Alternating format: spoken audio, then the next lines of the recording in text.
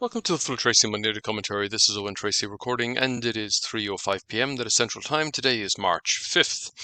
Today we had a lot of action, and I think it's important just to remember one thing, and that is that markets like liquidity.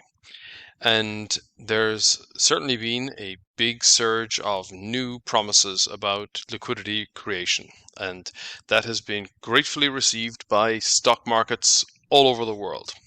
So certainly when we think about the euro, it was up another cent and a bit today, up to 107 now.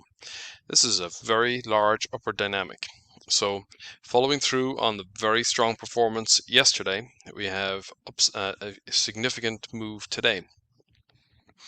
And it is strictly on the back of the promise that Germany is going to embark upon a massive fiscal spend and is then also reaching out to other Eurozone governments to do the same thing.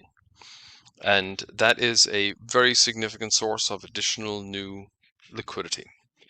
On top of that, you have China, and the central government is talking about a 5% growth target for this year, which is pretty ambitious.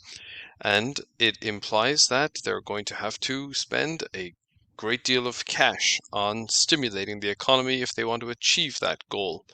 And they are also being a lot more conciliatory towards the tech sector. So that is both providing liquidity and additionally putting the tailwind behind the tech sector. So that's also positive.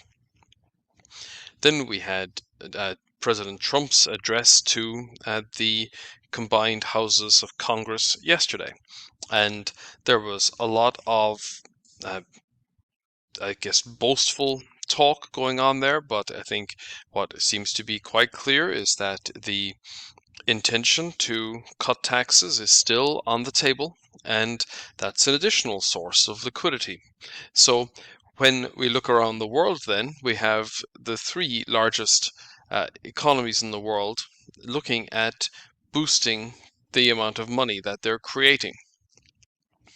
And that is going to lead to higher asset prices. Now, of course, then the next question will be about inflation.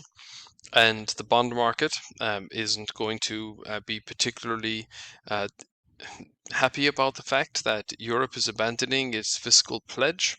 So that's certainly something that is going to be there in the background.